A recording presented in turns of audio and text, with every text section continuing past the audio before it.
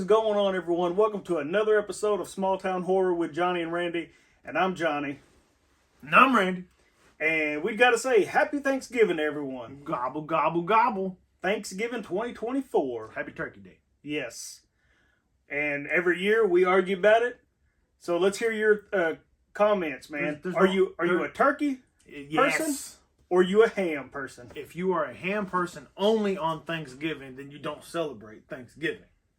But I eat turkey too, but ham is better than turkey. That's fine. You can eat turkey and ham.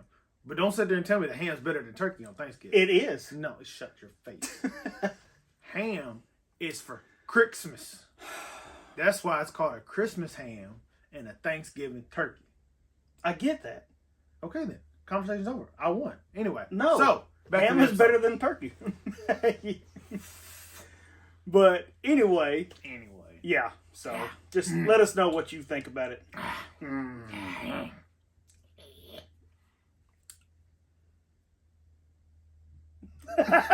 We're both just like, just waiting. Yeah. Anyway, but in all honesty, we hope each and every one of you are enjoying your family time, and we just want to say to all the troops that are out there that aren't home with their families, we do appreciate each and every one of you guys and gals for all the work that you do for us and fighting for our freedom. So happy Thanksgiving to each and every one of you guys and gals. Can't be easy to spend the holidays alone, whether you're overseas, whether you're in basic training, no matter where you are. And right. We appreciate it. Yes. But before we actually get into the episode, coming up is, of course, Christmas season, December. And me and Randy had announced on our last episode that we will be doing the trilogy. I can't grab his head. To all of our audio listeners, he is grabbing my Art the Clown mask. Put Art in the background. There he goes. We will be doing Terrifier, Terrifier 2, and Terrifier 3. But... yeah, Johnny found another one. There is a Friday the 13th in December. I forgot to double check you on that. Let me make sure here. We will be having 4 episodes. I feel like Robin Hood Men in Tights pulling up my script. Yes, it is. It is. Yes, he gets another shot. Robert gets another shot. But we will be doing a Friday the 13th film. And the last 2 that you've done was 1 and 2. Is it? Yeah. Did we? No, we reviewed Jason Goes to Hell. Yeah. We've for those who are just catching up with our episodes, every Friday the 13th we try to release a Friday the 13th movie, but we did actually forget about the last one. Was September? Maybe. October? But no, it wasn't October, but we have reviewed Jason Goes to Hell, Jason Takes Manhattan. We've done Freddy vs. Jason. We've done part 1 and part 2. So I was talking with Randy and I was like, hey, well, let's just go in order. So we're going to do Friday the 13th part 3 in 3D. This is where we find the mask. Yes. So, and Randy has never seen all the Friday the 13th films. Like we've said before, Randy grew up on different horror films where I grew up on the mainstream horror film. So I always think it's cool because... like I've seen them, but it wasn't as prevalent as it was with Johnny. So like for me, like we've talked about before, my Nightmare on Elm Street was Dream Warriors. Halloween was... H2O. Yeah. So it's like, never watched them like from start to finish and all this kind of stuff. But so that's what's cool about it, because if you guys and gals like hearing different opinions, if you want to hear like more of the traditional opinions, that's with me when it comes to this, and you're kind of a newcomer to it, so we get to see your perspective of it. Yeah, so I'm right, he's wrong. I bet a lot of people agree with me on some stuff. You're probably right. Right. Yeah, I ain't gonna lie. But anyway, so let's go ahead and get into it. Randy? Yes, sir. Why don't you hit us up with a summary? Man, I got your summary for Thanksgiving 2023. I was fixing to say 2024, but then I realized what you were doing. Tip of the tongue and the teeth, the lips. It's a short one. After a Black Friday riot ends in tragedy, a mysterious Thanksgiving-inspired killer terrorizes Plymouth, Massachusetts, the birthplace of the infamous holiday. Da-da-dum. Da-da-dum. Da-da-dum. All right, man, and hit us up with the cast, buddy. So we've got Nell Verlagwe. I don't know if I'm saying that last name right. I apologize. Plays Jessica. Patrick Dempsey. Hmm? Mr. What's his name? McDreamy from Grey's Anatomy. Yes. Is Sheriff Eric. We have Addison Rae.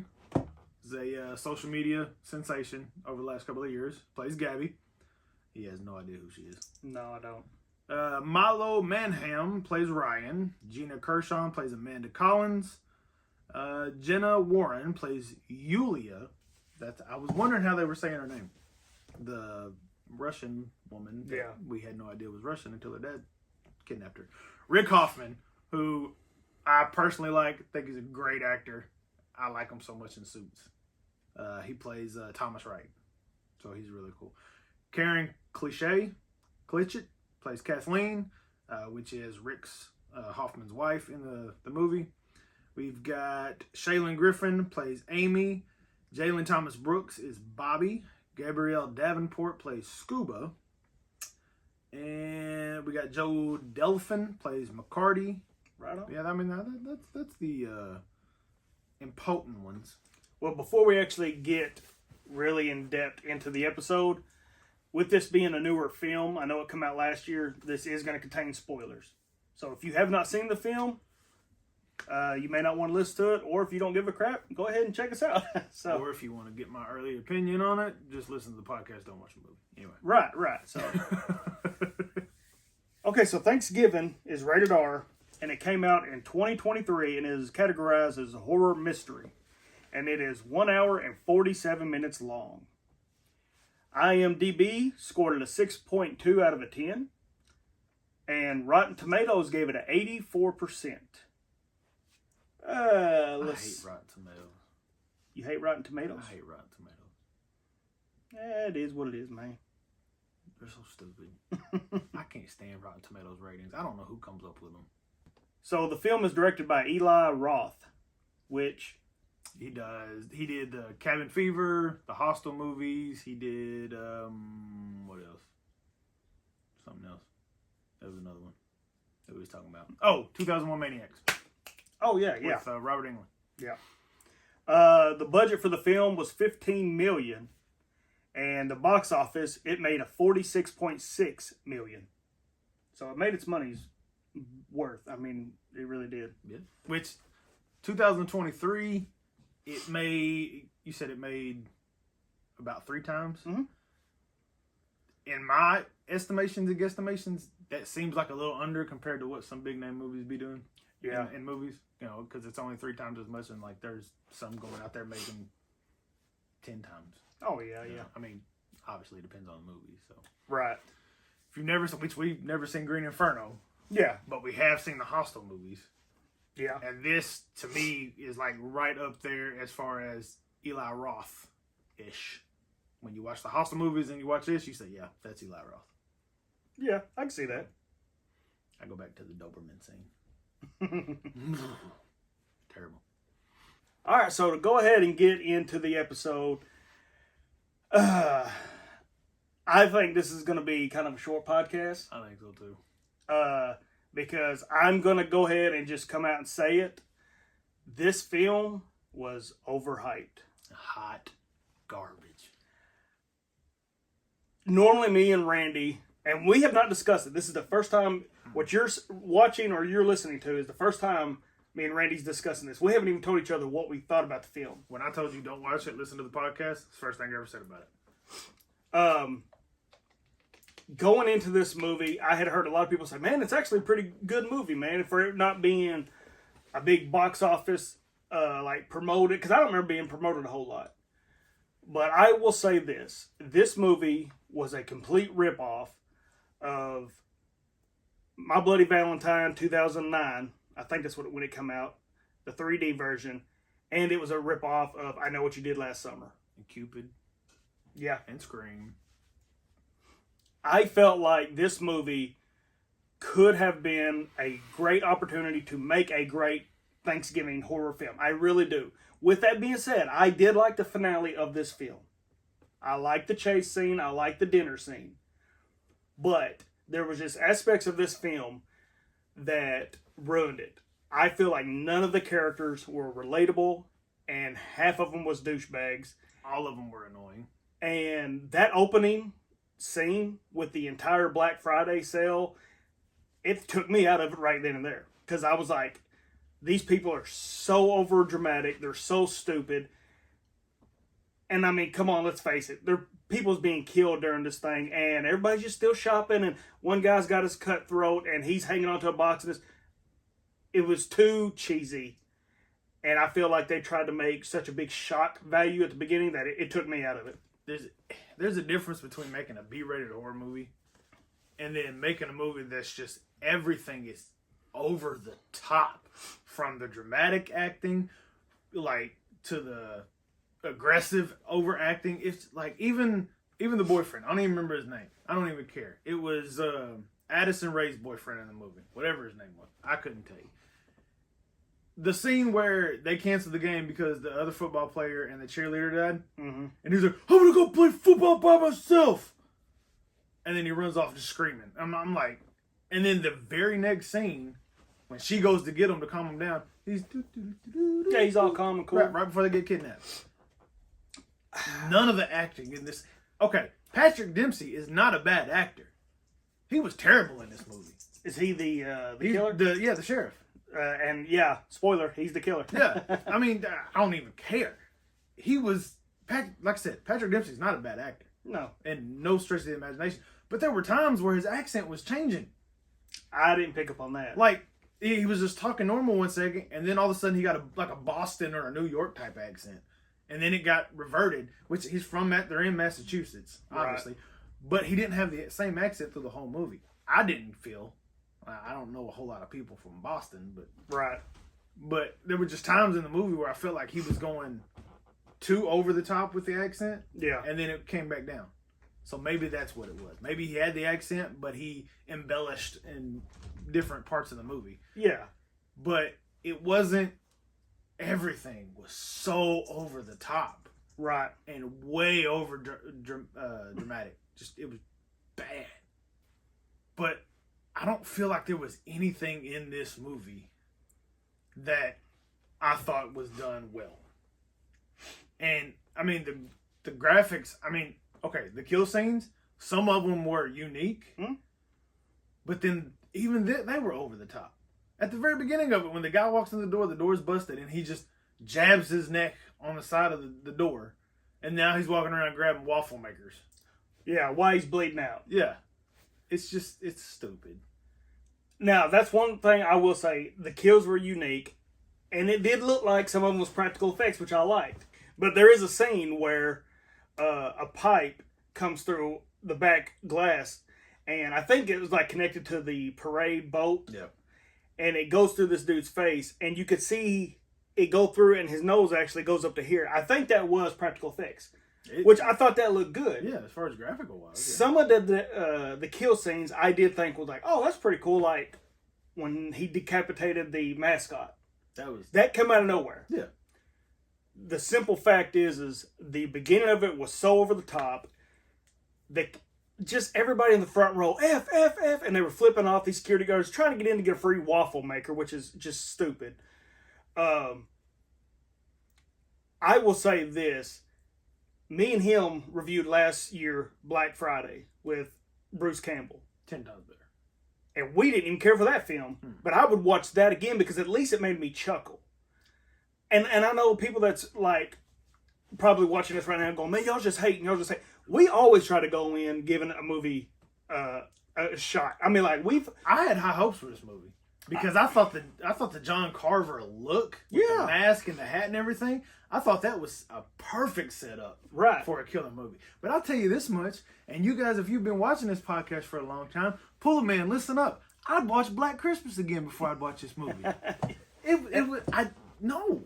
Well, and so like, real quick, I'll tell you, when I said it's like, it took aspects of different films, okay, they did the same thing that, like I said, I believe it came out in 2009. I may be wrong, but it was the My Bloody Valentine remake. It was a 3D version. The one without Stash. They took Here comes the old boyfriend that she was in love with. Well, then something happened and he ran off for a year. So she got with this guy who didn't like him. And when he comes back to town, the old boyfriend now, here's the new boyfriend that they didn't get along with. Same exact plot. And the thing about this one is the new boyfriend disappears about 30 or 40 minutes before the end of the movie and then doesn't show up until the very last thing. Right. And they automatically try to make you decide whether it's the new or the old boyfriend. And I was like, okay, so right there's a ripoff. Then, what do? We're going to lure him out and do the parade. How did they lure the fishermen out in I Know What You Did Last Summer? The parade. The parade. And there were so many people dressed as the fishermen in that town. I don't care if people want to say, oh, they were paying tribute. No. I just feel like this movie could have been a really good holiday horror slasher. And thank goodness, because Randy knows I am a huge film collector. And normally when we watch a movie, if we can't find it for free on Netflix or something, I'll go ahead and buy it on Vudu. Mm-hmm. I almost purchased this movie on Vudu for $7.99 today.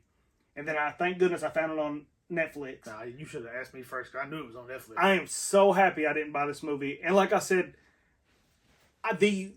there is, to me, two good things in this movie.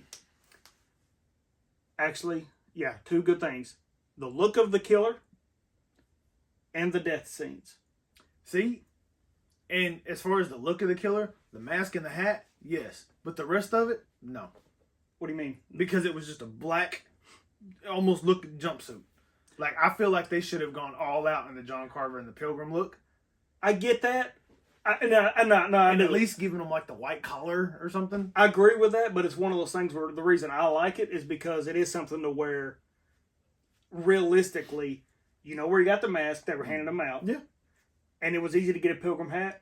So, hey, I'm going to go to Tractor Supply or Walmart. Get a jumpsuit. That's why I do like that. Well, my thing about it is, throughout the whole movie, they're not shy with showing you a killer, just not his face. Yeah. Because they want that mystery of it. But through the whole movie, you see the killer's body in almost every kill scene. Yeah. The body shape changes in every scene. There's one scene where you can clearly see he's short and scrawny. Yeah. And then there's another scene where he looks 7 foot tall. It's like they tried to... Because I told you when we was watching, I was like, the killer is a smaller guy. He's not tall at all. And then when they're chasing him through the school and he walks by the window, he looks 6'5".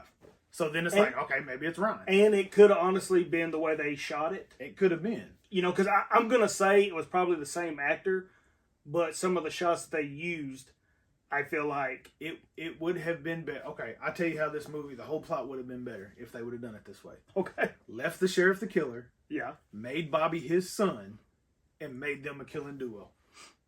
But that would have been exact rip off of Scream, too. Well, but they're ripping everything else off. They might as well rip that off. Yeah. But now, to my surprise, like I said, that's the two things I give is the kill scenes, because I did like the kill scenes. I love where they cooked the stepmother in the oven. I thought that was cool, and how they presented her body. That was cool. I like the decapitation of the mascot. I like where, like I said, the pipe goes through the back of the truck window and kills the guy. And there was, and the trampoline kill. I did enjoy that too, where the girl's jumping up. Because, and now don't get me wrong, it wasn't like the best, but like just, it was one of the kills that made me go, ooh, because she's coming down and it's like. But see, and then that exact same scene, he comes out and he twists the boyfriend's neck completely around. Mm-hmm. Is he Tyler Mane? He's got that Patrick Dempsey is big enough to have that kind of strength to just twist somebody's head all the way around. That's what I was fixing to say. That's what I was fixing to say. I like that. Unrealistic. I like the kill scene with the trampoline, but before that, he walks by casually and grabs him. Now, Freddy versus Jason. Remember the guy poking Jason in the corner? He's like, and he twists his head around. Mm-hmm. And I believe that, but because it's Jason, right? It's Derek Mears. I mean, come on. That's not Derek Mears. That's King Kersinger. Oh yeah, your favorite. Yeah, that's my favorite. But you get excited. Calm down. I am. He's getting fired up. It just doesn't make sense. But I will say this, and here's another positive. I was actually shocked. I think the best acting scene was the stepmother trying to get away from the killer. I thought she actually played a good victim, scared to death. she played it smart when he was putting seasoning on her and stuff. She did it slick. She knew she was tied up. Yeah. And she acted like she was letting him get her prepared to see what he was doing. If you force me to pick a best sequence in the movie, that's probably it. Because I honestly, honest to goodness, was hoping she wouldn't die. Because she was doing so good and she turned out to be a decent person. And like even when she found the cheerleader in the refrigerator, she was like, I will be back, I'll be back. Like she was actually caring. Yeah. But then to the beginning of the movie, they made her seem like the wicked stepmother. Yeah. To Jessica. Yeah. That or Jessica was just being a douche nugget to her stepmom. Which a lot of kids are. Yeah. But I say we get into the scale. What scale? I'm so aggravated I don't even want to say it. I mean, we gotta say it for the man. The pulling scale. The pulling scale. The pulling scale. The pulling scale. Pulling Scale. I'll go first on this one. Okay, go ahead. Ditto. Whatever. Scale. Greatest movie ever. Yeah, No, now you absolutely cut it. not. There's a divider here. Yeah. I don't think I've been disappointed in a movie this bad in a long time. Like I said, I've had people tell me, "Oh yeah, it's definitely worth the watch. It's actually a pretty good movie." Your brother said it was halfway decent, didn't he? Yeah, and he's going to be the one that comes and joins us on Terrifier, and he Yeah. loves those movies. So Just get ready because we're gonna have about a 10-minute powwow about this movie. let me ask you this, Randy: The answer's no. I don't know what the question. would you watch this again or Halloween 3: Season of the Witch? Honestly, I would watch Season of the Witch. Not because it is a... Season of the Witch made no sense as a Halloween movie, but it wasn't done bad. Right. As far as the acting, as far as the production, as far as everything else. It was a simple Halloween 3: Season of the Witch. It was a Season of the Witch movie with a Halloween theme, but it wasn't a... I even told you, I would give Halloween 3 a better grade if it wasn't Halloween 3 in that timeline. Right. If it was just Season of the Witch, it would be a completely different story. So you would watch I would watch Season of the Witch before I'd watch this movie. the two movies that he doesn't like. Black Christmas and Halloween 3, I'd watch both of them before I'd watch this movie again. So, I don't think the acting was good in this movie. The main girl I thought was dull. Honestly, the two ex-boyfriends I thought played off each other well as far as not liking each other and stuff. And I mean, they did have a little bit of chemistry, but I just felt like there was characters thrown in there, like the dude that's older and he's selling guns to them and stuff. His character didn't make sense at all to me. Man, it's just, I don't think the acting was good. The music didn't stand out. Like I said, I did like the finale. I've already said that at the beginning of this episode. I liked the dinner scene. I thought that was a pretty messed up scene and how it went down. But it was just a disappointment. And so for my scale, I'm just going to say, honestly, this is just another slasher film. And it's another poorly made slasher film. I mean... And Eli Roth is not a bad director. Right. At all. But even the camera shots didn't really stand out to me in this film. And normally that's one thing that I really like, and you do too. Yeah, I mean, there was one scene that I thought was really cool whenever she was... I don't remember exactly who it was, but they walked through the door, and she walks right by the killer, and he's right on the other side of the door. And all you see pretty much is his face and the brim of his hat. That was a cool shot. I will say that. But I don't even remember who it was. I think it was the waitress at the beginning, wasn't it? Was he off in the back corner? No, he was like right there as soon as she Oh, okay, yeah, I know what you're saying. I don't remember who it was or what was going on, but... And another scene that made me go, ugh, was when the killer stuck them corn on the cob things in her ear. But then she started acting like she broke her foot. Yeah, so... Because she couldn't hear, she couldn't run. And then, let's talk about the Russian mafia dad that popped up out of nowhere. Yeah, out of nowhere. Here comes the Terminator. Yeah, his daughter has no Russian accent whatsoever in the whole movie, and then all of a sudden he shows up and she starts speaking Russian. Like, So I'm gonna give this movie a thumbs down. 2 of them. I don't recommend you to watch it. Honestly, I really don't. And I wish I didn't feel that way, but don't watch the film. Don't add it to your collection. If you do decide you want to watch it, stream it on Netflix. Watch it for free. And I'm giving this movie. I must say, I'm giving this movie a D. And the only reason I'm not giving it anything lower is because I did like the killer's look and I did like the kill scenes. But other than that, I'm giving this movie a D. I would never watch it again. Trash. It's just not good. It's not, man. And I mean, there's so many movies. And for one, it was almost 2 hours long. And that was way too long. They give you, 20, 25 minutes at the very beginning? Yeah.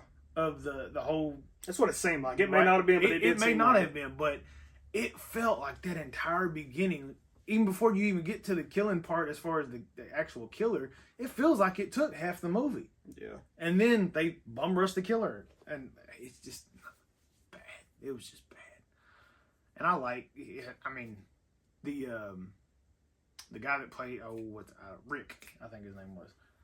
I like that actor, and like I said, Patrick Dempsey's not a bad actor. I like his acting. I don't watch Grey's Anatomy, but I've seen clips from Grey's Anatomy. He's a fantastic actor. He was good in Scream 3. Yeah, absolutely. But it was, I don't know, to me, it just didn't play a good bad guy, for one. I think that's what it was, is I don't see him as a bad guy.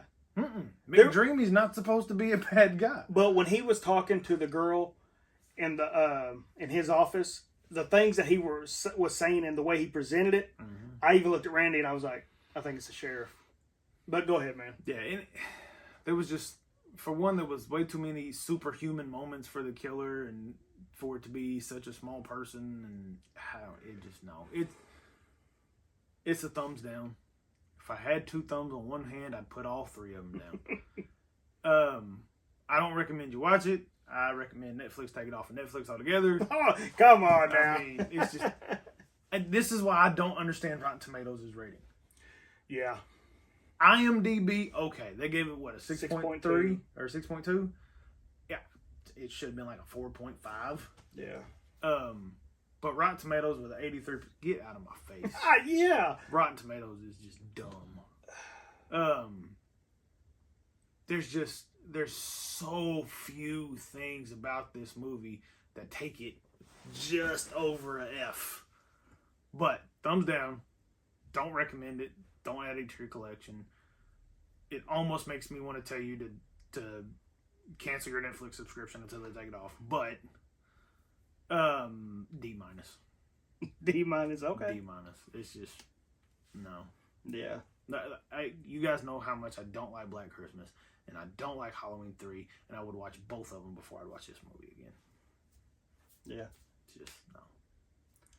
All right, well, that is our review of... And we didn't even talk about the sheriff that they brought in. I don't even know if he was a sheriff or not, but the other cop that they brought in, dude was like 7 foot tall. That was his deputy. Yeah, 7 foot tall. They made him seem like he could have been the killer coming in. Yeah, I knew it He wasn't had him. that deep voice, looked like somebody should have played Jason or Michael Myers. Well, that is our episode I hate of bad movies. Thanksgiving. That's our review. We're sorry this isn't a very uplifting episode, but I've got a feeling the next one's going to be, well, okay, not talking about Friday the 13th Part 3, but Terrifier. Terrifier, which I think, I don't remember if I've seen 3 or not. I think I have. Maybe. Anyway, it's got to be better than this. It is, Yeah, in my opinion. Yeah, I figured so. So, with that being said, as always, please follow us on social media. Our Instagram is smalltownhorrorjohnny_Randy. Our Facebook is Smalltown Horror with Johnny and Randy. And our TikTok is at Smalltown Horror Podcast. Check us out anywhere you can get your podcast. Apple, Spotify, Google, any other ones. iTunes. Download them. Leave reviews. Let us know what you think. If you like it, give us a 5-star. If you don't like it, give us a 5-star anyway. If you have suggestions, hit us up. I would love to be able to do some suggestions come January. And please, if you do listen to this podcasts, if you listen to the audio podcasts, if you've been with us since day one, please subscribe to our YouTube channel. Which we did get a suggestion on YouTube for Stir of Echoes, so maybe we can do that in January and get another one. Yeah. And also, here soon, we will have more details, but we are planning on doing another horror mystery box. So when that is decided on how we're going to do it, we will be posting it on Instagram and Facebook, and we'll actually go on TikTok and let everybody know exactly what the rules are. But we have already done, I think it was earlier this year, wasn't it?